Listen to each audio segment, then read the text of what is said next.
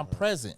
Every natural parent has a fundamental liberty interest in the care, custody, and management. Family court and child support, they're totally separate, but they like to blend them together.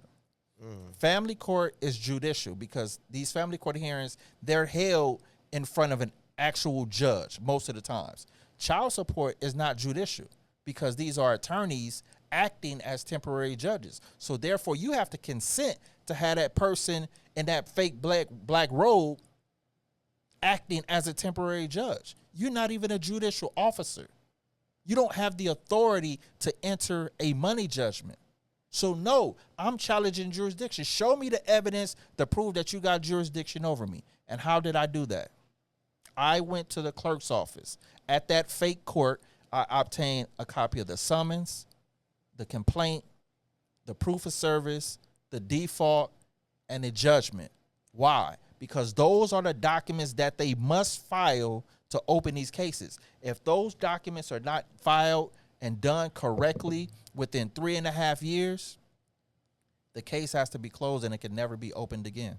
Wow. Did they have it right on the spot? So my case was, when I took them to court 20 years later. So my documents were not just in a computer, so they had to go get them off of something called microfilm. So I had to come back in a few days, and I came back and picked it up. They charged me 50 cents per page. It's not a lot of documents. But what they like to do is tell you, oh, well, you need to get a copy of your whole file. And then they try to charge people $200 some. No, you don't need all that. I just need these 4 to 5 documents. It's only 50 cents per page. You're spending less than $20 to challenge jurisdiction. There was no way that I could have challenged jurisdiction without those documents in my hand.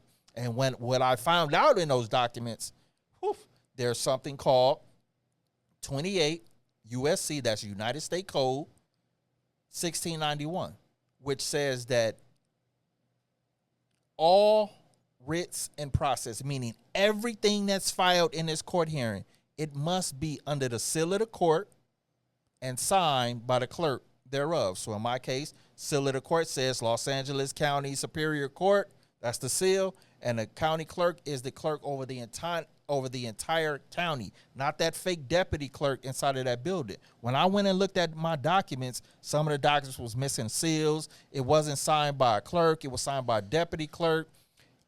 There was my proof of service.